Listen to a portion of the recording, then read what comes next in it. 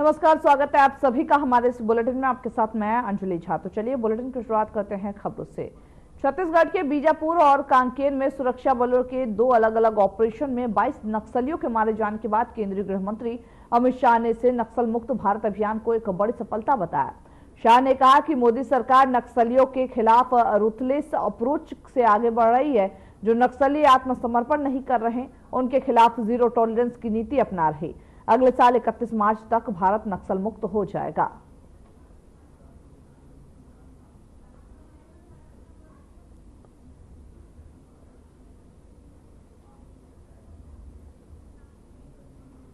उत्तर प्रदेश के मुख्यमंत्री योगी आदित्यनाथ ने आज गोंडा में अधिकारियों और जनप्रतिनिधियों के साथ मंडलीय विकास कार्यों और कानून व्यवस्था की स्थिति पर समीक्षा बैठक की।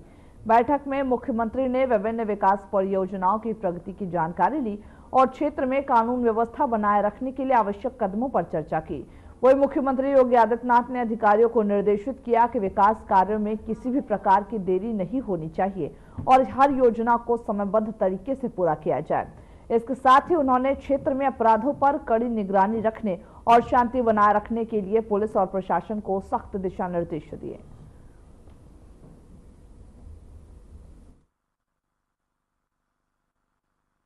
हमारा लक्ष्य प्रदेश के युवा के स्वावलंबन पर होना है। ये युवा शक्ति एक बार स्वावलंबी हो जाएगी तो उत्तर प्रदेश को स्वावलंबी होने में कोई रोक नहीं सकता है। और इसी भाव के साथ जब इस कार्यक्रम को आगे बढ़ाया गया, उसका पोर्टल तैयार होने में, स्कीम को लॉन्च करने में समय लगा। 24 जनवरी को जब हमने महामहिम उपराष्ट्रपति जी के कर कमलों से इस स्कीम को आगे बढ़ाने का काम किया था, उस समय हमारे सामने एक चैलेंज था। कैसे होगा? 31 मार्च के अंदर कैसे हम इसको प्राप्त कर लेंगे? कैसे हो पाएगा? मंत्री जी चिंतित थे। मैंने सचान जी से कहा चिंतित होने की आवश्यकता नहीं, मैं स्वयं कमिश्नरी स्तर पर कई जगह आपके साथ चलूंगा। बैंकर्स के साथ हम लोगों ने बैठक की और मुझे अच्छा लगा कि उन्होंने भी नहीं सोचा होगा कि जहां हमें 1 लाख लोगों को 31 मार्च तक इस व्यवस्था के साथ जोड़ना था, अब तक इसमें रजिस्ट्रेशन 3 लाख से अधिक युवाओं ने कर लिया है। 32,700 से अधिक युवाओं के लिए स्वीकृत तो हो गया है और बाकी 25, 26, 27 में उन युवाओं को भी हम ऋण वितरित करेंगे जिन लोगों ने आवेदन किया है, पात्रता की श्रेणी में आते उनकी स्क्रीनिंग होने दीजिए। जैसे ही स्क्रीनिंग होगी, बैंकों से हम कहेंगे आपको देने में क्या समस्या आ रही है? अरे आपको कुछ नहीं, मूलधन और युवा वापस करेगा, उसमें भी मार्जिन मनी में हम लोग व्यवस्था कर रहे हैं और बाकी ब्याज तो सरकार उपलब्ध करा रही है। ब्याज उपलब्ध कराई सरकार से। और मैं आप सभी युवाओं से यही कहूंगा, जिस कार्य के लिए आप लोन लेना चाहते हैं उसकी ट्रेनिंग ले लें, उसकी जानकारी ले लें और उसकी जानकारी लेने के बाद जब आप इस क्षेत्र में कार्य करेंगे आपको पता लग जाएगा कि हां, कैसे इन कार्यक्रमों को आगे बढ़ा करके हम लोग व्यवसाय आगे बढ़ा सकते हैं। और जब आप मूलधन वापस कर लेंगे तो इस बार तो 5 लाख तक का लोन आपको मिला है, अगली बार इसी योजना के अंतर्गत आपको 10 लाख रुपए तक का लोन की सुविधा उपलब्ध हो जाएगी। आप एक अच्छे उद्यमी बन जाएंगे। जो कल तक रोजगार मांगने के लिए दर-दर ठोकर खाता था, वह युवा एक उद्यमी बनने की ओर अग्रसर होगा। और याद रखना, कार्य की कमी नहीं, कार्य करने की इच्छा शक्ति के साथ आगे बढ़ने की आवश्यकता है। नया अवसर आया है उत्तर प्रदेश के लिए कि हम उत्तर प्रदेश को भी देश की नंबर 1 की अर्थव्यवस्था बना सकते हैं।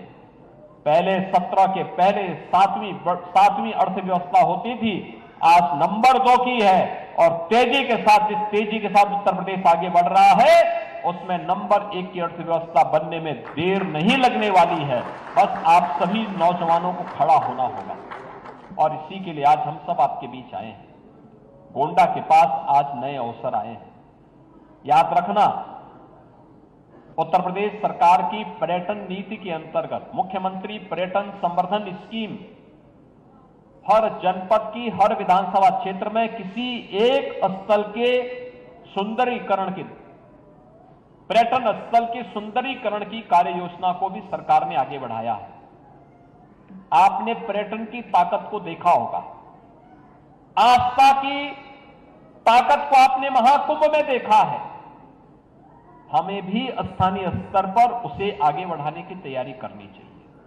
हमारे जनप्रतिनिधि इस दिशा में प्रयास कर रहे हैं।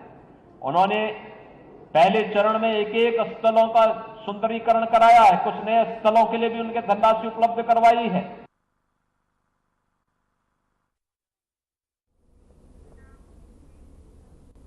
वही मध्य प्रदेश के मुख्यमंत्री मोहन यादव ने उज्जैन स्थित तिलभांडेश्वर महादेव मंदिर में पूजा अर्चना की। मुख्यमंत्री ने मंदिर में पहुंचकर महादेव की विविधता पूजा की और राज्य की समृद्धि, शांति और खुशहाली की कामना की। इस अवसर पर मुख्यमंत्री यादव ने कहा, तिलभांडेश्वर महादेव मंदिर धार्मिक और सांस्कृतिक धरोहर का महत्वपूर्ण केंद्र है और यहाँ की उपासना न केवल आध्यात्मिक शांति प्रदान करती है बल्कि राज्यवासियों के लिए आशीर्वाद का स्रोत भी है। उन्होंने इस मंदिर के ऐतिहासिक और धार्मिक महत्व को भी सराहा है। मुख्यमंत्री के साथ इस अवसर पर वरिष्ठ सरकारी अधिकारी और स्थानीय जनप्रतिनिधि भी मौजूद रहे।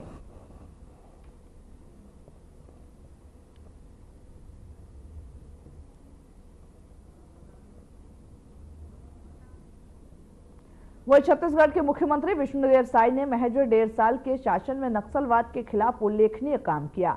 हाल ही में 22 नक्सलियों को ढेर कर इस अभियान में एक बड़ी सफलता हासिल की गई। इस सफलता के बाद भारत के गृह मंत्री और छत्तीसगढ़ के सीएम विष्णुदेव साय की गृह मंत्री सराहना करते हुए नजर आए। यह कार्रवाई नक्सलवाद पर कड़ी चोट साबित रही और मुख्यमंत्री के शांतिपूर्ण नेतृत्व की सराहना की जा रही है। 2 नक्सली मुठभेड़ में एक जगह 18 नक्सलियों का डेड बॉडी मिला है और एक जगह 4, और इस तरह से कुल आज 22 नक्सलियों का डेड बॉडी मिला है। तो हम अपने सुरक्षा बल के जवानों के साहस को नमन करते हैं।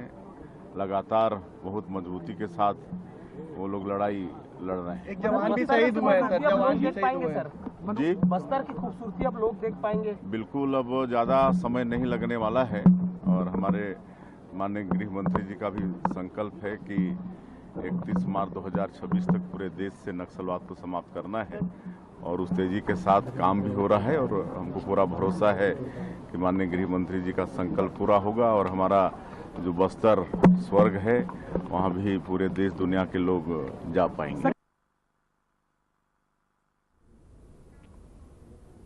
गुजरात के मुख्यमंत्री भूपेंद्र पटेल ने नर्मदा जल संस्थान का और जल आपूर्ति विभाग में वर्क असिस्टेंट क्लास के उम्मीदवारों को नियुक्ति पत्र वितरित करने के आयोजन में एक समारोह में भाग लिया, जहां इस अवसर पर मुख्यमंत्री ने नियुक्ति पत्र करने वाले जो उम्मीदवार हैं प्राप्त करने वाले जो उम्मीदवार है उनको बधाई दी और उनके भविष्य के लिए शुभकामनाएं दी है। मुख्यमंत्री पटेल ने इस मौके पर राज्य सरकार की योजनाओं और जल आपूर्ति के क्षेत्र में जो किए गए कार्य हैं उस पर भी प्रकाश डाला।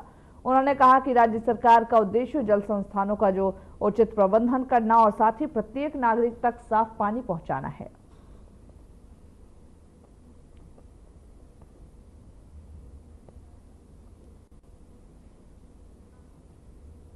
बिहार के मुख्यमंत्री नीतीश कुमार और राज्य विधानसभा में आरजेडी विधायक राबड़ी देवी के बीच में आज तीखी बहस हुई। यह विवाद राज्य विधानसभा में एक मुद्दे पर चर्चा के दौरान हुआ जब राबड़ी देवी ने नीतीश कुमार की नीतियों पर सवाल उठाए और सरकार की कार्यप्रणाली पर कड़ी आलोचना की। राबड़ी देवी ने मुख्यमंत्री के कार्यकाल को लेकर गंभीर सवाल उठाए और राज्य के विकास को लेकर उनकी नीतियों पर तीखी टिप्पणी की। तो वहीं मुख्यमंत्री नीतीश कुमार ने भी राबड़ी देवी के आरोपों का जवाब देते हुए कहा कि उनकी सरकार हमेशा जनता के हित में काम कर रही है और राज्य में विकास कार्यों को प्राथमिकता दी जा रही है।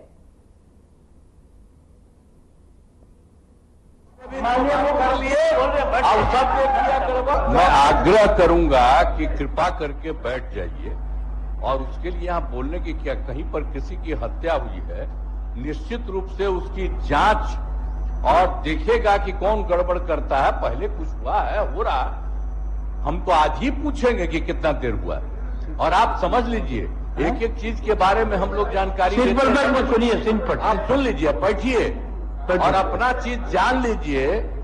जब इनके पति की सरकार आई तो बाद में इन्हीं को बता दिया, बेटे अरे बैठो ना, क्या है ना बोल रहे। आज तक कभी किसी को कुछ किया था? अरे आज तक एक काम किया था? कितना ज्यादा झगड़ा होता रहता था हिंदू मुस्लिम का, और लोग कितना बजाते रहते थे, कोई काम किया था? ये सब काम हम लोगों ने किया है। इसलिए सब बोलने का कोई मतलब नहीं है। इन लोगों के बोलने का कोई मतलब नहीं है। बैठिए, यहाँ पर सारी चीज है, और आप लोग तो आज तक कोई काम किए ही नहीं है। इसीलिए अब बीच में भी कर लिए, अब सब देख लिया गड़बड़, अब कभी इधर उधर नहीं जाइएगा। बैठिए, आराम से बैठिए, ये सब चीज होगा। छोड़ा न थोड़ा कुछ ही मालूम है। अरे आप क्या थे? अरे कौची के लिए मुख्यमंत्री बने? आपके पति का सस्पेंशन हुआ तब बन गए। वही दिल्ली विधानसभा के अध्यक्ष विजेंद्र गुप्ता ने दिल्ली के मुख्य सचिव धर्मेंद्र को पत्र लिखकर अधिकारियों की लापरवाही पर चिंता जताई है, जहां गुप्ता ने कहा कि विधानसभा सदस्यों के पत्रों, फोन कॉल्स और संदेशों का जवाब नहीं दिया जा रहा, जो एक गंभीर मामला है। अध्यक्ष ने मुख्य सचिव से यह अनुरोध किया कि वे प्रशासनिक सचिवों, दिल्ली सरकार के विभिन्न विभागों के प्रमुख, दिल्ली पुलिस और डीडीए को इस बारे में जागरूक करें और यह सुनिश्चित करें कि अधिकारियों से विधानसभा सदस्यों के संपर्क का उचित उत्तर दिया जाए।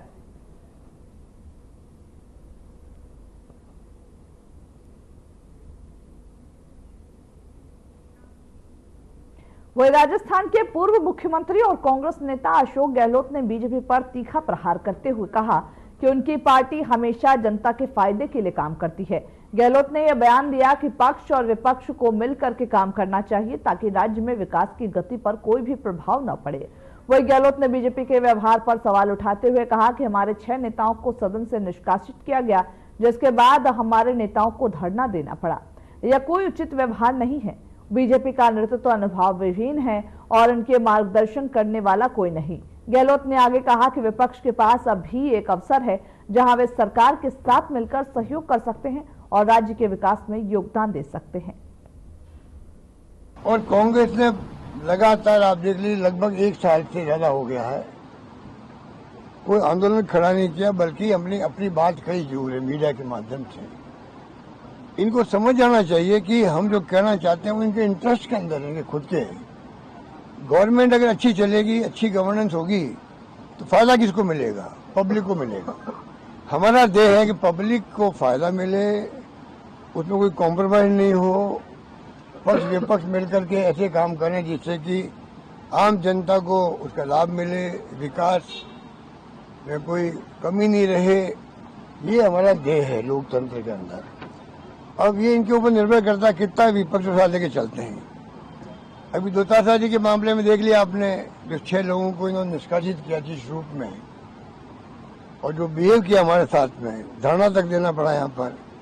इससे बड़ा दुर्भाग्य क्या होगा कि मेन मुख्य विपक्षी दल के लोगों को धरना देना पड़े यहाँ पर।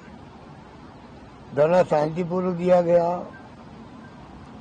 तो जो उनका व्यवहार रहा, मैं समझता हूँ वो तारीफ के काबिल नहीं है, बल्कि कहना चाहिए अगर ये चाहते, हमारे वक्त में कई बार निष्कासित हुए हैं, 1 दिन 2 दिन में भी हमने कोशिश की बुला के बात करें और निष्कासन समाप्त करें, हाउस चले पक्ष विपक्ष से। बिना विपक्ष के हाउस क्या चल सकता, बिना विपक्ष के पक्ष क्या?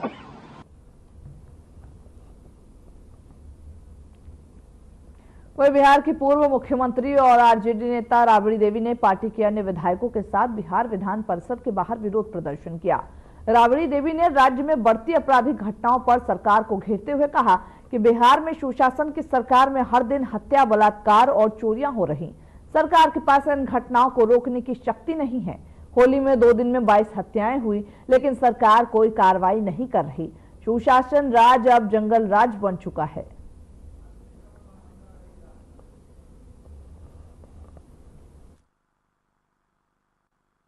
बिहार में सुशासन की सरकार है, बाकी आज दिन हत्या, बलात्कार, अपहरण, मर्डर, चोरी आज दिन होता है, आज दिन हो रहा है, सभी जिला में हो रहा है, सभी पूरे बिहार में हो रहा है। बाकी सरकार संभालने की यही सरकार के शक्ति नहीं है, हिम्मत नहीं है। इसीलिए ये होली में भी 2 दिन में, होली में 2 दिन में 22 मर्डर हुआ, 22 बलात्कार हुआ, बेटियों के साथ भी बलात्कार हुआ। बाकी सरकार कोई सुनवाई नहीं कर रही है, कोई कार्रवाई नहीं कर रही है, कुछ नहीं, खाली कागज में खाता पीता, कागज में लिखा पढ़ी हो रहा है कि ये हो रहा है, वो हो रहा, कुछ कहीं नहीं हो रहा। पूरे बिहार में जंगल, महाजंगल राज हो गया शासन के।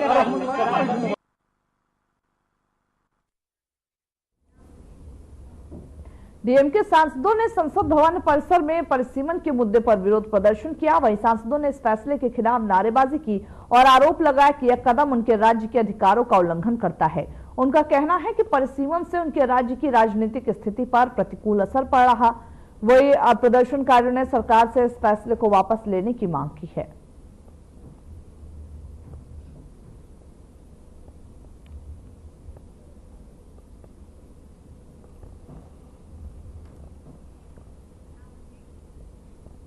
बढ़ते अगली खबर की ओर, जहां पर शंभू बॉर्डर पर किसानों द्वारा लगाए गए टेंटों को हटाने की प्रक्रिया अब शुरू कर दी गई है। जहां पुलिस ने आज सुबह से ही यहां पर सड़कों को साफ करने की कार्रवाई शुरू कर दी, जिससे कि यहां पर प्रदर्शन कर रहे किसानों को स्थान छोड़ने के लिए मजबूर किया जा रहा।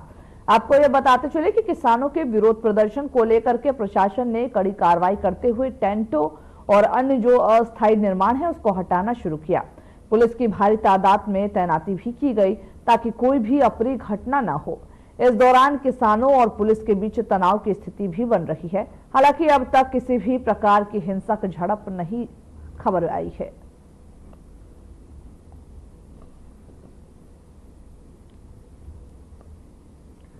बता दें कि जहां पर किसानों और पुलिस के बीच में तनाव बढ़ा है, शंभू बॉर्डर की तस्वीरें दिखा रहा है, जहां पर लगातार ये देखा जा रहा है कि किसान वहां पर प्रदर्शन करते हुए नजर आए। किसानों का जो विरोध है वो लगातार जारी है। इसी के मद्देनजर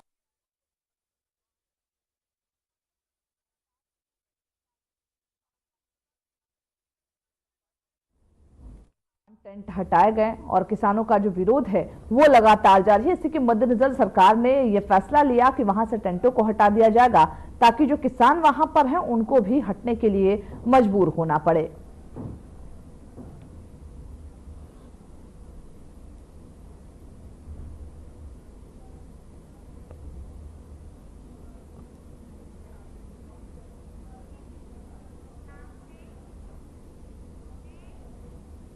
तो जम्मू और कश्मीर के अनंतनाग जिले ने शहद उत्पादन में एक बड़ी उपलब्धि हासिल की है, जहां पर 2023 से 2024 वित्तीय वर्ष में 17,701 क्विंटल शहद का उत्पादन हुआ और इस उत्पादन में अनंतनाग ने राज्य में सबसे अधिक उत्पादन किया, जिसमें जिले का योगदान 4,029 क्विंटल रहा। वही राज्य में कुल अगर बात करें तो 2,14,504 कार्यशील मधुमक्खी कॉलोनियों के साथ जहां शहद उद्योग जम्मू कश्मीर की कृषि अर्थव्यवस्था का महत्वपूर्ण हिस्सा बन चुका है। इस उद्योग का अधिकांश उत्पादन निजी मधुमक्खी पालकों द्वारा किया जा रहा है, जबकि सरकारी सहायता से उत्पादन सीमित है।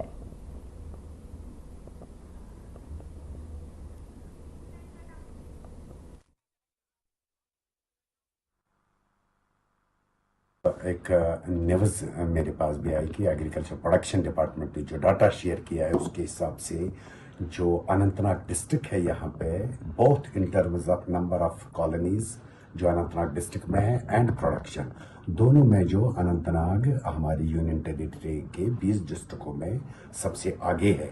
उससे पहले अगर आप को मालूम होगा कि जो रामबन का एरिया था वो काफ़ी ज़्यादा मशहूर हुआ करता था हनी के पर, और पिछले 3-4 से हमेशा एक ही रैंक पे रामबन ही आता था। लेकिन आज मुझे भी ये जानकर बड़ी खुशी हुई कि अनंतनाग डिस्ट्रिक्ट में जो हमारी लैंडलेस फार्मर्स है या वो फार्मर जिनके पास ज़मीनें भी है उन्होंने एग्रीकल्चर क्रॉप्स के साथ साथ जो है हनी बी जो बी कल्चर है उसकी तरफ भी ध्यान दिया। और आज की डेट में अनंतनाग में करीबन 24,000 के करीब जो है हनी कॉलोनीज जो है वो अवेलेबल है, जिनकी प्रोडक्शन भी काफ़ी ज़्यादा है बाकी डिस्ट्रिक्टों से। क्योंकि अनंतनाग जो है ये हनी बी जो है इसके बहुत सारे फ़वायदे हैं। नंबर 1 पॉलिनेशन में, नंबर 2 हनी प्रोडक्शन में, और अगर हनी प्रोडक्शन में वैल्यू एडिशन हो जाए तो ये एक अच्छी इंडस्ट्री बन सकती है पूरे डिस्ट्रिक्ट में, जिससे एम्प्लॉयमेंट जनरेशन भी होगी। और वही राष्ट्रीय अन्वेषण अभिकरण ने जम्मू में 12 स्थानों पर छापेमारी कार्रवाई की, जो सीमा पार से आतंकवादी घुसपैठ से संबंधित एक मामले से जुड़ी हुई थी। अधिकारियों ने बताया कि यह छापेमारी ओवरग्राउंड वर्कर्स, हाइब्रिड आतंकवादियों और आतंकवादी संगठनों के समर्थकों से संबंधित स्थानों पर की गई।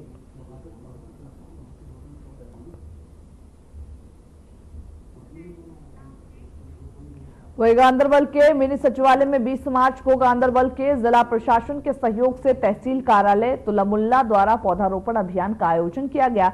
इस अभियान को गांदरबल के डीसी ने हरी झंडी दिखाकर इसका शुभारंभ किया। हरी झंडी दिखाने के बाद तुलामुल्ला के तहसीलदार ने गांदरबल के मिनी सचिवालय से तुलामुल्ला तक रैली का नेतृत्व किया। प्लांटेशन ड्राइव हमने यहाँ मिनी सेक्रेटरीट गांदरबल से किक स्टार्ट किया है under the theme of go green Kashmir, go green Ganderbal. तो ये पूरे डिस्ट्रिक्ट में ही आने वाले दिनों में एक प्लांटेशन ड्राइव रहेगा। अभी 22 मार्च को हमारा वाटर कंजर्वेशन के भी प्रोग्राम्स हैं जिसमें जल शपथ ली जाएगी। तो ये फोकस यही है कि हम डिस्ट्रिक्ट को एनवायरमेंटली ग्रीन और एनवायरमेंटली कॉन्शियस एक अप्रोच प्रमोट की जाए लोगों के बीच में। तो इसी सिलसिले में आज सभी डिपार्टमेंट्स ने तहसीलदार हमारे हैं, तहसीलदार राज स्पेशली, और social forestry, agriculture, horticulture, forest department, सभी एजुकेशन डिपार्टमेंट, सभी तरफ से एक ये जॉइंट एफर्ट है पूरी एडमिनिस्ट्रेशन की तरफ। वही कठुआ शहर में सौंदर्यात्मक अपील और आर्थिक समृद्धि को बढ़ाने की दिशा में एक महत्वपूर्ण कदम उठाते हुए उपायुक्त राकेश मिन्हास ने कठुआ के जो वाटर फ्रंट प्रोजेक्ट है उसको लॉन्च करने की घोषणा की। यह घोषणा कठुआ के डीसी कार्यालय में आयोजित एक प्रेस कॉन्फ्रेंस के दौरान किया गया और उन्होंने बताया कि परियोजना का उद्देश्य शहर के वाटर फ्रंट क्षेत्र को एक सार्वजनिक स्थान में बदलना है। यह है कि 15 नए वेंडिंग जोन कठुआ में बने। ये 15 नए वेंडिंग जोन हमारा जो नया वाटर फ्रंट बन रहा है उसके आसपास जो है 15 जोन बनेंगे। सबसे अच्छी बात यह है कि 15 जोन के लिए जो टाउन वेंडिंग कमेटी ने एक ऑप्शन के लिए और एक एप्लीकेशन के लिए लोगों को एक अर्जी करी थी, उसमें हमारे को टोटल तकरीबन 80 एप्लीकेशन था। उन 80 एप्लीकेशन में से आज हमने 15 लोगों को बिल्कुल एक फ्री फेयर इम्पार्शियल प्रोसेस से वेंडिंग करने की परमिशन 11 महीने की वहाँ पे दी है। और उन सबका उत्साह देखते हुए मेरे को पूरी उम्मीद भी है और बड़ी खुशी थी। वही जम्मू और कश्मीर पुलिस ने युवा को रचनात्मक गतिविधियों में शामिल करने और नशा मुक्त समाज को बढ़ावा देने के लिए अपने निरंतर प्रयासों के माध्यम से कटरा में नागरिक कार्रवाई योजना के तहत एक क्रिकेट टूर्नामेंट का आयोजन किया। इस टूर्नामेंट का उद्देश्य युवाओं को खेलकूद के माध्यम से सकारात्मक दिशा में मार्गदर्शन देना और उन्हें नशे से दूर रखना था।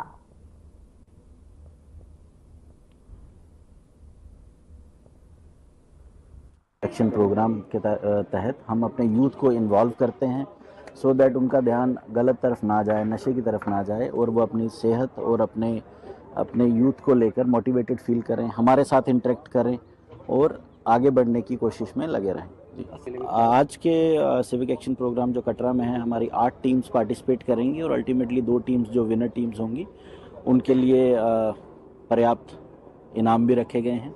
हम बच्चों को किट्स प्रोवाइड कर रहे हैं और ये स्टेज जो है ये आगे फीड करती है हमारे कटरा प्रीमियर लीग और अलग जो टूर्नामेंट्स होती हैं उनको भी फीड करती है। इसका मकसद तो यूथ की इन्वॉल्वमेंट है और उनका कहीं ना कहीं पुलिस के साथ इंटरेक्शन बढ़ाने का भी एक इनिशिएटिव है।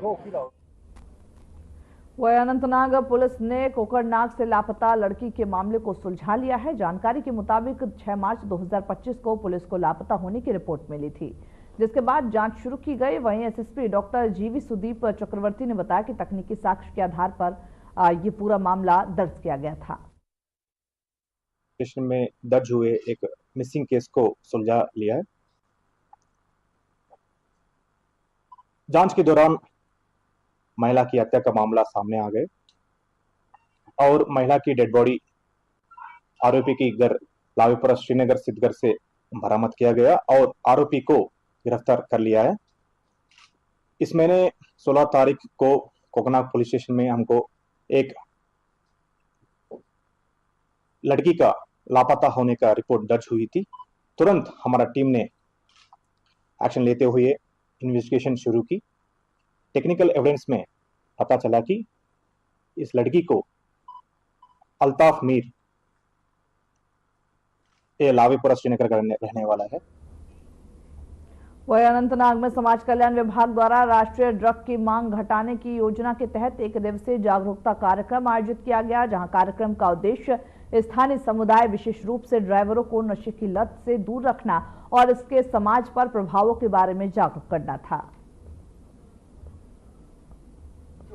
कोशिश करो 4 घंटन ते कंट्रोल करस सोरे के ड्रग एडिक्ट कत पांच बनन प्राइमरी एडिक्ट्स कम गई सेकेंडरी एडिक्ट्स कम गई कत पांच चेन पत ड्रग एडिक्ट छु विक्टिम अस निशन सु गुनाहगार के उस ड्रग एडिक्ट गसे सु विक्टिम ड्रग पेडलर छु गुनाहगार जो पेडलिंग करेगा ड्रग्स की जो तन खतर बाज़ायत तो वो स्ट्रिंज एक्शन गसन रिसेंटली तो वारियान गई प्रॉपर्टी ते जब्त यमो तथ पे मगर विक्टिम सिंद खतर सोन प्रोग्राम।